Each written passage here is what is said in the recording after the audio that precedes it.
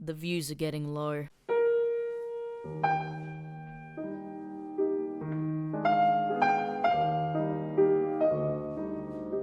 I remember when I got more views than the amount of subscribers I had. Now that's just not the case. What's the point if only a few hundred people are watching my videos anyway? Wait, I know what will get views. Yes. Superhero movies. The superhero movies of 2017 have been nothing short of interesting. If you put it into perspective, we've had some pretty crazy films come out this year that are all a part of the superhero genre. We've had a sci-fi fantasy action adventure that's also a meta comedy, a World War I film with elements of Greek mythology, the sequel to a comedic space opera. You get my point. A Justice League movie. But while these films are pretty insane in terms of what genre they are, our reaction is pretty uncaring due to them being just another superhero movie. We're so used to these films being these crazy things because in this day and age, superhero movies can be everything and anything. So today, in honor of all these movies, I'm going to go over all the superhero films that have come out this year, apart from the Lego Batman movie. And here with me is my trusty sidekick, Bird. Say hi, Bird.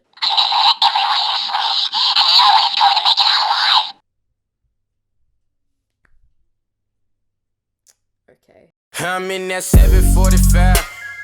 Hope I can come scoop you up round 745. Slide around with my drop top up or down, you down the ride.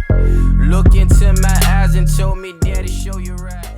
Logan is one of my favourite superhero movies of all time, standing alongside The Dark Knight and Guardians of the Galaxy 2, which we'll get to very soon. This movie is fantastic. It's depressing and bleak, but also exciting and hopeful. It's about death, loss and destruction, but also about moving forward and trying to make a better tomorrow in the face of difficult situations. The world Logan takes place in is broken, with all of its characters in awful situations. Things like Professor X swearing like a sailor is very jarring considering how well spoken he is in the previous films. Yet it's a perfect example of how this world has changed these characters we thought we knew into completely different people. The action in Logan is also glorious. It's brutal, bloody and badass, and because of the R rating, or MA rating as we call it in Australia, the stakes feel so much greater than they would in a more child-friendly film. I was genuinely tensing up whenever a fight scene or car chase was about to happen, and I don't remember any other superhero movie besides The Dark Knight making me feel that way. In fact, not only was the action intense, there was an action sequence that nearly made me cry due to how emotionally and physically brutal it was. It made me feel helpless, and on my first viewing I genuinely thought the characters were going to die. However, Logan isn't depressing through and through. It goes to some dark places, but there are a lot of sweet moments and scenes that give this film the hope it desperately needs. There were also a lot of great themes here as well that I might get into in another video, but for the sake of keeping this short, Logan is a brilliantly paced, structured and emotionally moving film with an absolutely badass finale and a very poignant ending that was a great send-off to Hugh Jackman as Wolverine. So Bird, what did you think of Logan? Okay.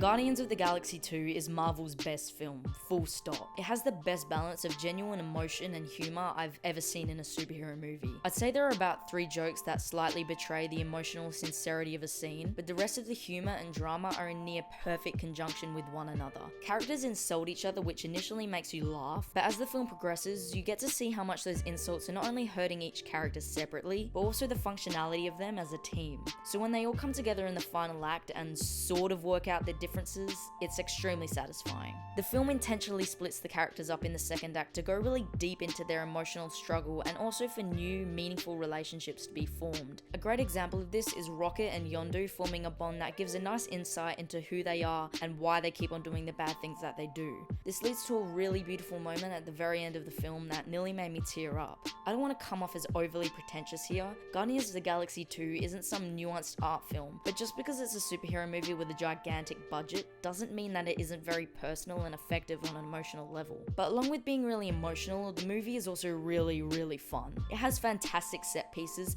a bunch of satisfying moments, and because of its detachment from the rest of the Marvel universe, it's able to be a lot more creative and self-contained than the majority of Marvel's other films. So yeah, go watch Guardians of the Galaxy 2. Along with Logan, it's one of the best superhero movies I've seen in recent memory. Bird, what are your thoughts on Guardians of the Galaxy 2?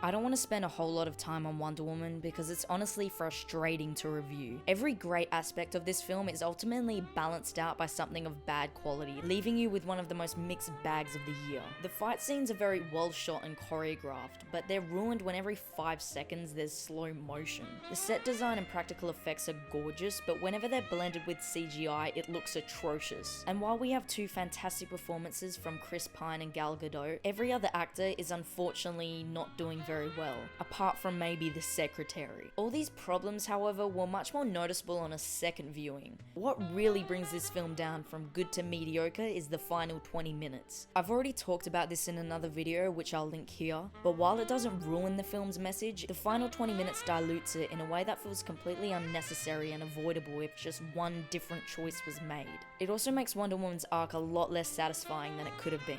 Now, as much as I really don't like this film, I have to give props to Patty Jenkins and everyone involved for making a decent Wonder Woman movie, and for also just making a movie full stop, because I don't know if you know this, but films have a lot of time, money, and effort put into them. So taking a smelly dump on them isn't really the best way to approach reviewing them, and I am genuinely sorry if that's how I came across here. I am glad that this movie is able to give little girls and boys both a film and a character that tells them that a woman can be a superhero as well. And I think that is a great step forward in creating media that can influence children to grow up to be more tolerant people. So while I'm not a fan of this film and I think it's very flawed, it is very important for it to exist. Bird, did you enjoy Wonder Woman? I want to find out what a human being's dick looks like.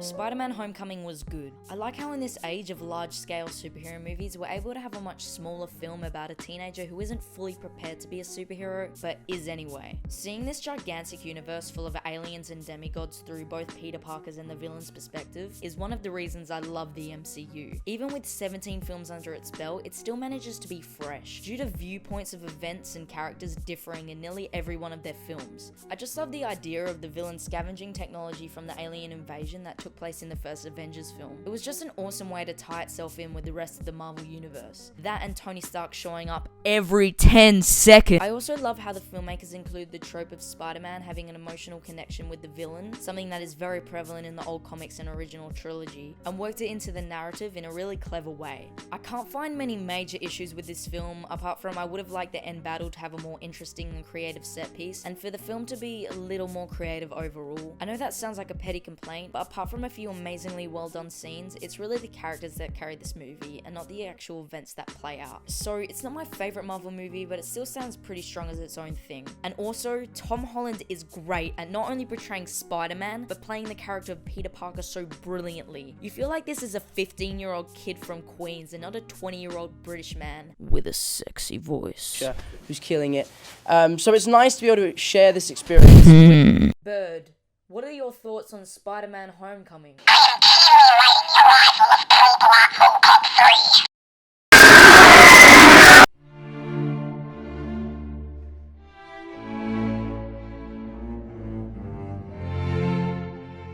Thor Ragnarok was great. Not great in the sense that it was amazing on a storytelling level or did anything that was all that groundbreaking, but instead of feeling like I was watching a Marvel film, I felt like I was watching a vision that a director had. Much like Guardians of the Galaxy 2, Ragnarok felt very detached from the rest of the Marvel universe, not only by being mostly separate story-wise, but also because the film doesn't take anything that's happening within it seriously, despite how significant certain scenes and moments are. It felt like the director of this film, Taika Waititi, sat down and thought to himself, do I make a semi-serious movie or do I just take the piss? And being Kiwi, he chose the option of taking the piss.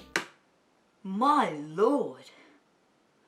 Hi, I'm Bottleflip Raz, Tasty T's editor, and I would like to inform you all that we do not condone any form of prejudice here on the Tasty T channel, and I would like to apologise on Tasty T's behalf for his insensitive jokes about New Zealanders. We accept everyone, no matter what country you're from, even if you're Kiwi.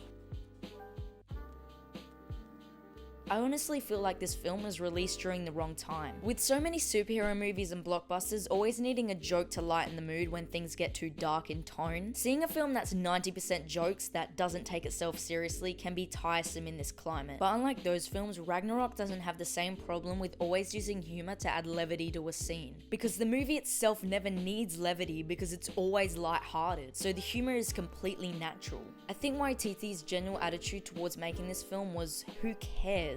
Who cares if this is supposed to be an extremely significant and dramatic moment in the Thor series? Let's instead make something that's completely bonkers and hilarious. And I love it for that. And I love how Taika Waititi was able to leave his mark on a universe that never really feels like it has a distinct director's vision behind it. Bird, would you say that Thor Ragnarok is a good film?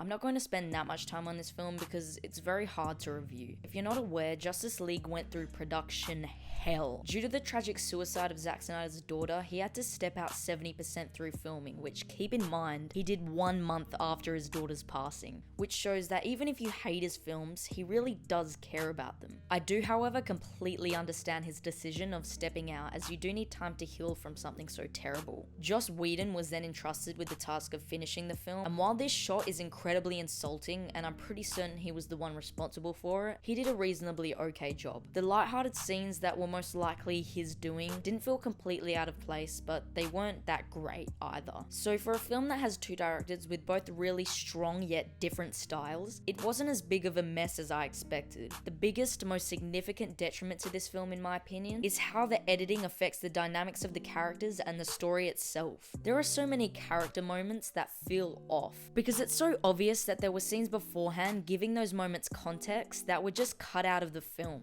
And also, certain aspects of the story feel rushed because they're not given enough time to develop. And you know why all of this is the case? It's because DC forced this film to be under 2 hours because they wanted more money. That is both aggravating and disheartening. Do I think if Zack Snyder directed this whole film, and DC didn't force it to be at a runtime that restrained it from being at its full emotional and storytelling potential, that it would have been an artistic masterpiece? Personally, I don't. But it'd certainly be better than this. However, I did fanboy out at a lot of moments, and I overall enjoyed the experience of watching it in the cinema. But due to it being cut to crap, I cannot call Justice League a good movie. Well everyone, thank you so much for watching this video. If you hated my opinion, please leave a dislike, those make my day. But in all honesty guys, thank you so much for watching. I promise you that Bird will not be appearing in any future episodes due to him being a psychopath.